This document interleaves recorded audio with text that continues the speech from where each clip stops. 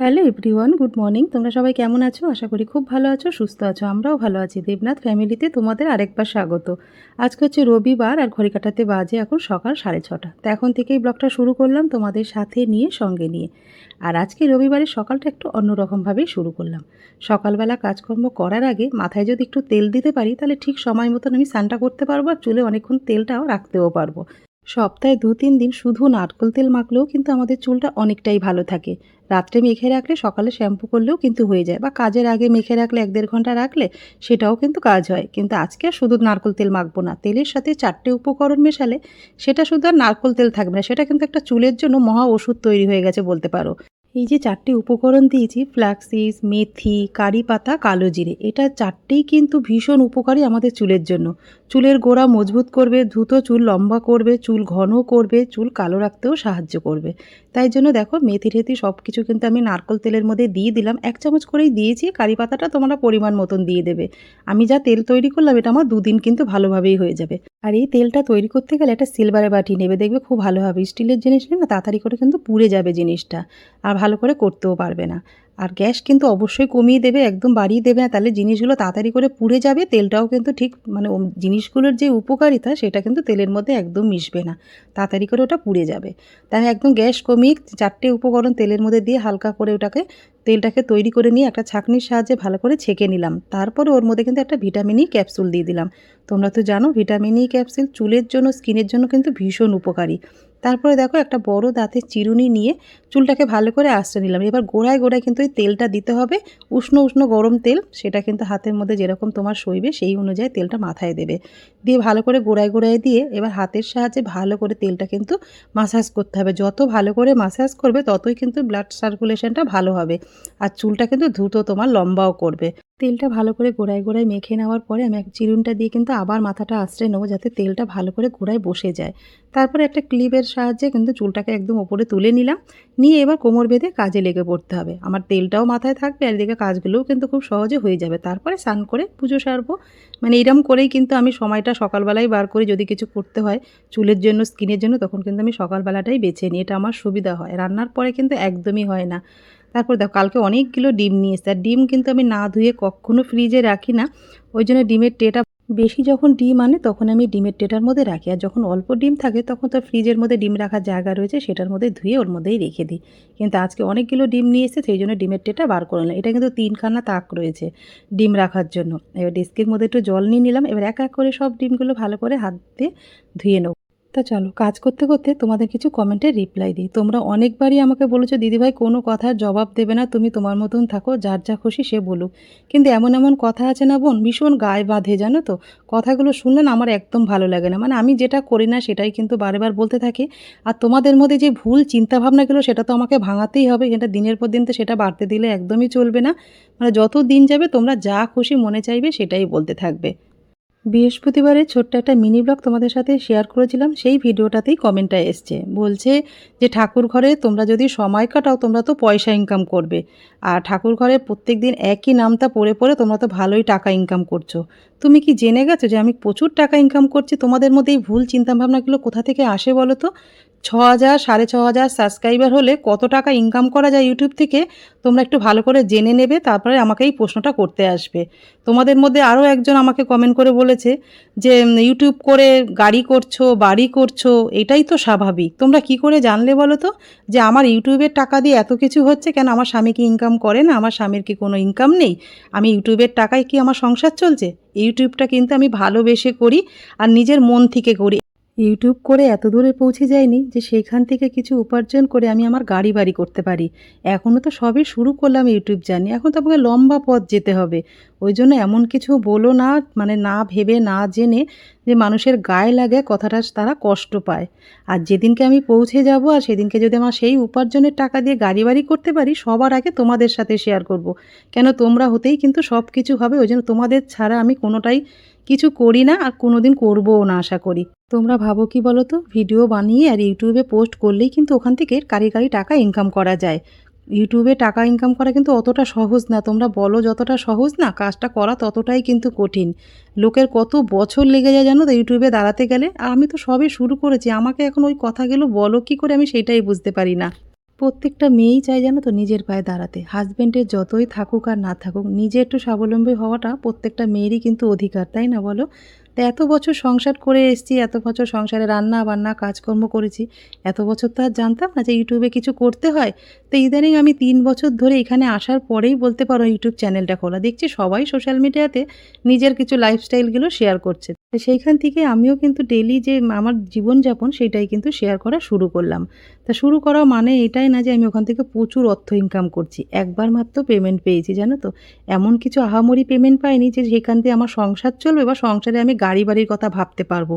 মানে কি যে করে বলো না, আমার নিজেরই কেমন খারাপ লাগছে। তোমাদের কমেন্টগুলো কখন দেখি আর কখন পড়ি বলো তো? যখন দুপুরবেলা দেবনাথবাবু বাড়িতে আসে খেতে বসে তখন ওকে একটা, একটা করে দেখাই আর একটা, একটা করে পড়ে শোনাই। কিন্তু এই কমেন্টটা পড়ে ওরও ভীষণ খারাপ লেগে গেছে।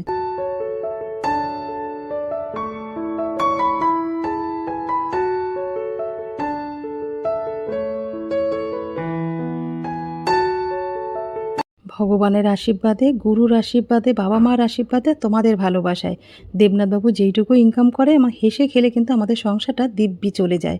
ডাল ভাত খাই আর মাংস ভাত খাই। যেভাবেই খাই না কেন আমাদের কিন্তু খুব সুন্দর করে সংসারটা চলে যাচ্ছে বলতে পারো।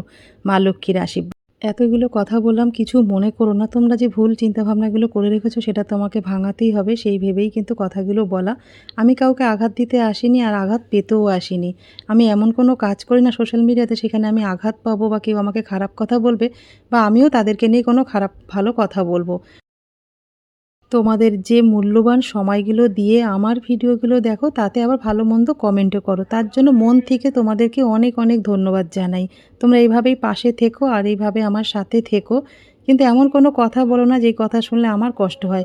আমি এখনও সেই জায়গায় পৌঁছাইনি গো। আমি যদি সেই জায়গায় পৌঁছাতে পারতো সবচেয়ে খুশি আমি হতাম, জানো তো?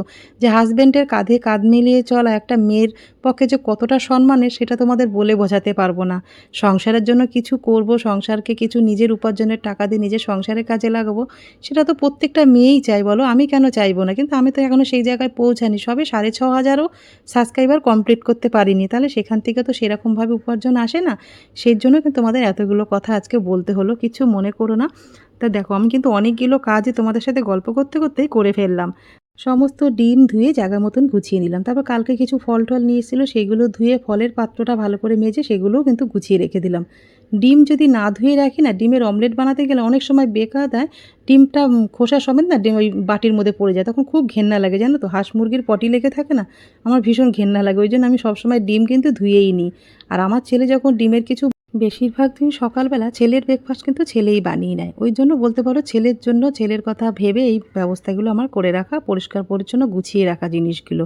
না আর তো জানো ছেলেরা যদি রান্নাঘরে কোনো কাজ করে ওরা কিন্তু আগে পিছে কিচ্ছু দেখে না, মানে ওদের কাজটা হয়ে গেলেই ব্যাস ওইভাবেই রেখে দিয়ে চলে আসবে।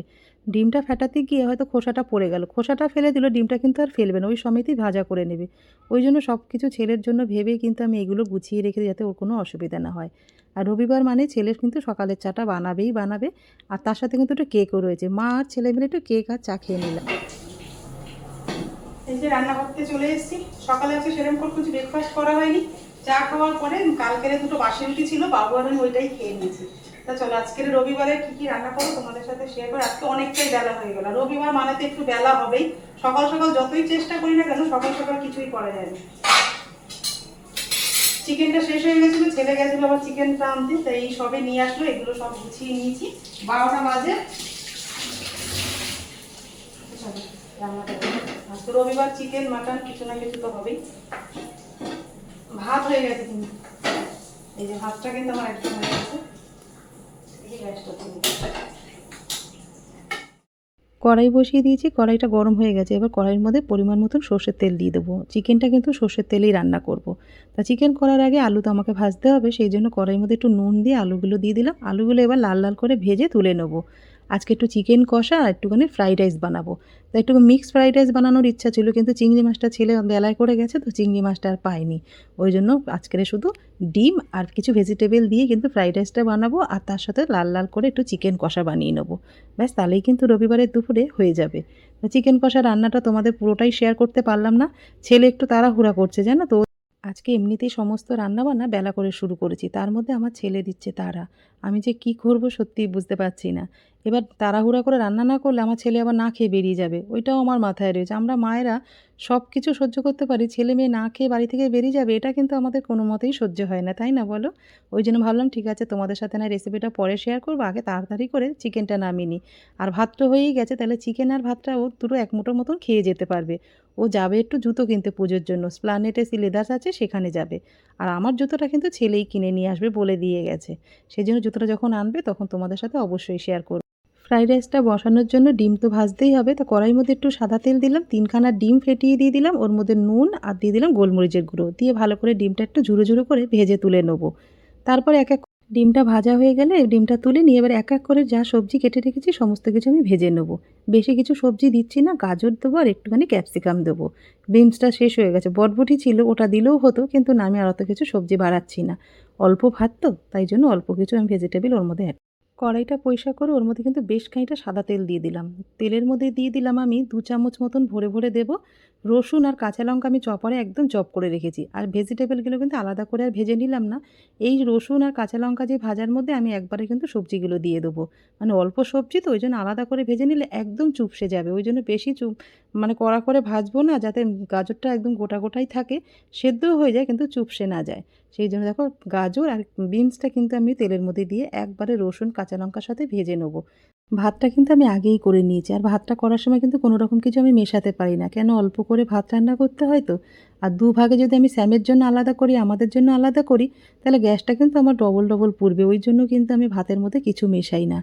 আর এমনি যদি আমি ভাতটা শুধু করতাম, যদি আলাদা করে ভাতটা করতাম তাহলে ওর মধ্যে একটু সাদা তেল, গোটা গরম মশলা, তারপরে একটু পাতিলেবু মানে খোসাটা রসটা বার করে খোসাটা দিয়ে দিলেও কিন্তু ভাতটা খুব সাদা ঝরঝরে মতন হয়।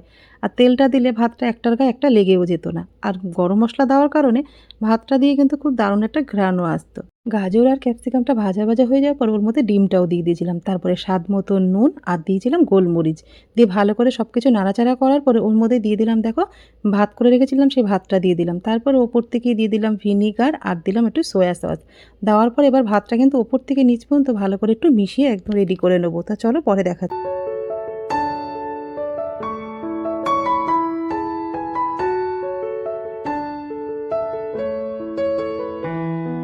রবিবারে দুপুরে রান্নাবান্না কিন্তু আমার একদম হয়ে গেছে। তোমরা আজকে রবিবারে কী কী রান্না করলে কমেন্ট করে কিন্তু জানিও। আমি তো বেশি কিছু রান্না করতেই পারিনি, কেন একদম সময় ছিল না, অনেকটা বেলা করে সমস্ত কিছু শুরু করেছি। ফ্রাইড রাইস আর একটু চিকেন কষা, এগুলো কিন্তু চটজলদি হয়ে যায়। আর রান্না হয়ে যাওয়ার পরে রান্নাঘরের অবস্থাটা ঠিক কেমন হয়ে আছে দেখো, পুরো অগোছালো, বাসনে ভর্তি, দেয়ালে পুরো তেল ছিটে একদম ভর্তি হয়ে রয়েছে। রান্নার পরে কিন্তু খুব খাটনি বেড়ে যায় জানো তো, কালকে আবার সোমবার, ওই জন্য সমস্ত এঁঠো কাটা কিন্তু আমাকে সব এই বেলায় পরিষ্কার করে নিতে হবে।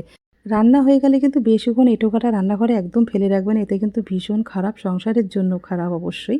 কিন্তু ওই জন্য সবসময় চেষ্টা করি রান্না হয়ে যাওয়ার পরে সাথে সাথে কিন্তু গ্যাস ফ্যাসগুলো একদম মেজে ঘষে পরিষ্কার করে নেওয়ার। আর গ্যাসটা নিচটাও ভালো করে মুছে নিলাম, আর ওই নিচে কিন্তু দুটো পেলেট রেখে কিন্তু আমার অনেকটাই উপকার হয়েছে। তোমরা রেখেছো এখনও? যদি না রেখে থাকো নিচে কিন্তু অবশ্যই দুটো বাদ দেওয়া প্লেট গ্যাসের নিচে রেখে দাও, তোমরা নিজেরাই বুঝতে পারবে কতটা কাজে লাগে। আমি কিন্তু রেখে আমার অনেকটাই কাজ কমে গেছে, নাইলে দুধ, তারপরে ভাতের ফ্যান, ডালের যে জলটা উতলে পড়ে সেগুলো কিন্তু পড়ে গ্যাসের নিচটা অনেকটাই নোংরা হয়ে থাকে। এইটা রাখাতে কিন্তু আমার সেই সমস্যাটা ফেস করতে হয় না, ওইটা তুলে ফেলে দিলে জলটা ধুয়ে নিলেই কিন্তু হয়ে যায়, প্লেটটাও পরিষ্কার থাকে আর জায়গাটা তো অবশ্যই পরিষ্কার থাকে। তা দেখো রান্নাঘর একদম মেজে ঘষে কিন্তু একদম ঝকঝকে করে ফেলেছি। এইবার কিন্তু খাওয়া দাওয়ার পালা, তো চলো স্নান টান করে নিয়ে আবার তারপরে।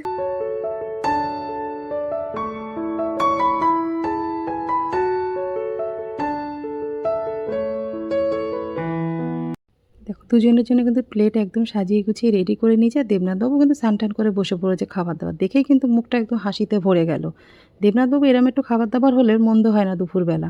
আর ভাত করতে গেলে না ডাল করো, তরকারি করো, ভাজা করো, এর থেকে বাবা অল্প অল্প সময়ের মধ্যে কিন্তু এসব রান্না আমাদের পক্ষে ঠিকই আছে। যেদিনকে বেলা হয় সেদিনকে আমি এইভাবেই রান্নাগুলো করে নিই। তোমাদের কেমন লাগলো? রেসিপি তো খুব একটা শেয়ার করিনি, অল্পের মধ্যে শেয়ার করছি, সেগুলো কেমন লাগলো কমেন্ট করে জানিও। আর আজকের ব্লগটা খেতে খেতে এই পর্যন্তই রাখলাম। যদি তোমাদের কিছু ভালো লেগে থাকে লাইক কমেন্ট শেয়ার করো, আমার চ্যানেল নতুন হলে অবশ্যই কিন্তু তোমরা সাবস্ক্রাইব করো।